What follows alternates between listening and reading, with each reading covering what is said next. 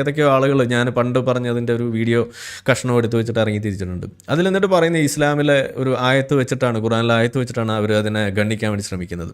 ഇസ്ലാമിലെ ഡിബേറ്റ് എന്ന് പറഞ്ഞു കഴിഞ്ഞാൽ നിങ്ങൾ രണ്ട് രീതിയിലാണ് അത് മനസ്സിലാക്കേണ്ടത്. ഒന്ന്, മക്കൻ കാലഘട്ടം, ഇസ്ലാമിലേക്ക് ആളുകളെ ക്ഷണിച്ച് തുടങ്ങിയ ആദ്യ കാലഘട്ടം, മക്കയിൽ ജീവിച്ചിരുന്നപ്പോൾ ഒരു പട്ടിക്കുഞ്ഞു പോലും മുഹമ്മദിനെ തിരിഞ്ഞു നോക്കിയിട്ടുണ്ടായിരുന്നില്ല.